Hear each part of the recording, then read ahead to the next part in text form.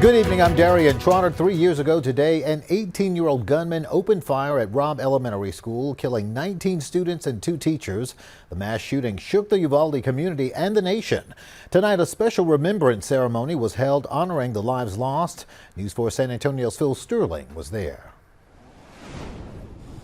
Those people are gathered here in this outdoor amphitheater. The event ended though, so some of them left. But when I looked around, I saw people wearing shirts with the faces of victims on them. Family members told me that they were glad that people from across Texas came here to pay their respects. One mother of a victim, though, that died in the Uvalde tragedy said that it's the way that they died that made it so difficult.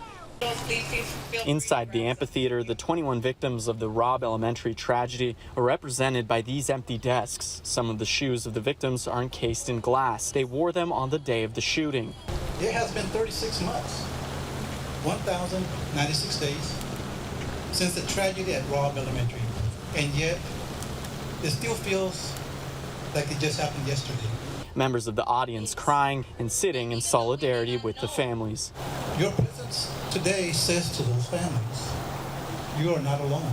But this was not all that happened today. The town had people driving in from hours away. As I know that all of these innocents are now in peace. We appreciate everybody that came and paid their respects. Every family member we spoke to recommended raising the age for buying a long gun. The shooter bought his AR-15 at the age of 18. The common sense thing to do is just, push that over to 21. To raise the age. We're using orange flags because orange is the color of gun violence to bring awareness to that.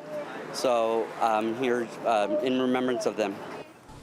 Robb Elementary has been retired since the shooting, but Legacy Elementary is being built in its place. Phil Sterling reporting from Uvalde, News 4 San Antonio.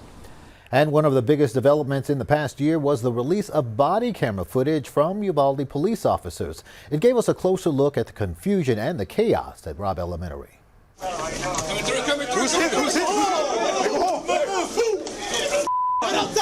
In August, the city of Uvalde released what they thought were all of their records, including text messages, body camera footage, 911 calls, and more, all part of a court order. But soon after, it was discovered dozens of body camera videos were not included.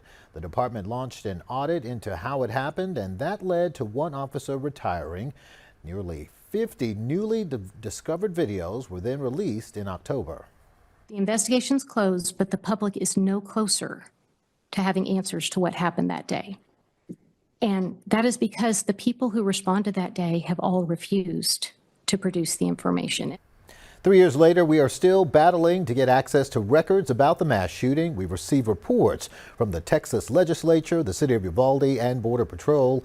As of today, we still have not received any public records from Uvalde CISD, Uvalde County, or the Texas Department of Public Safety. In March, lawyers for several media organizations, including ours, argued for the release of those documents in appeals. What has been produced? Can you clarify? So that would be one page of the basic information page, and then policies and procedures of the Uvalde County Sheriff's Department. Your Honor, you asked what answers have they been given. Well, this is the answers that they've been given. And it is contained in the summary judgment record. Right here. That's it. Still no decision in that case. We are also still waiting for a final ruling about Department of Public Safety records. DPS claims they should not have to hand over the records. Our parent company, Sinclair Broadcasting, is part of several lawsuits to get this information into our hands. While years have passed since the shooting, with many people moving on, families of the victims are still working to pick up the pieces of their shattered lives. News 4 San Antonio's Matt Roy sat down with a few of them to see how they're doing 3 years later.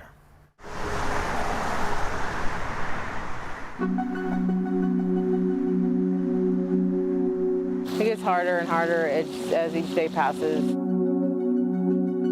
It doesn't get easier. It's an unbearable pain that nobody should go through. Every day, the families of the Uvalde victims are reminded of the worst day of their lives. Suspect entered the school at the door that I'm pointing to now. Hey, watch windows, watch windows! In this town, it's a constant reminder, and unfortunately, it's always going to be that for us. As the years go by, then you begin to realize, like, this is reality. There is no, Thanksgiving that you're going to have them at the table. There is no Christmas that you can buy them a gift anymore. Over the past 3 years, the families have tried to ensure that their loved ones didn't die in vain, mainly by advocating for stricter gun laws at both the state and the federal level.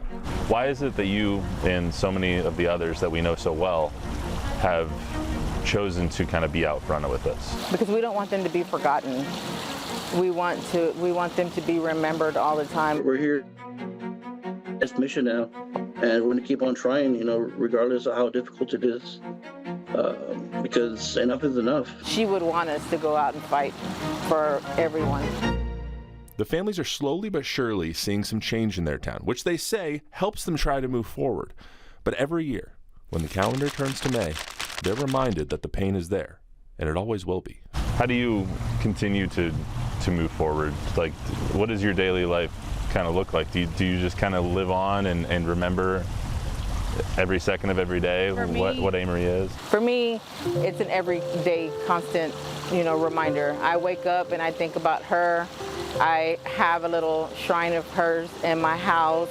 I go talk to her. I still communicate with her every day because she's still with me every single day. That's not going to change, and that's never going to change for me because I love her and I miss her so much. Matt Roy, News 4 San Antonio.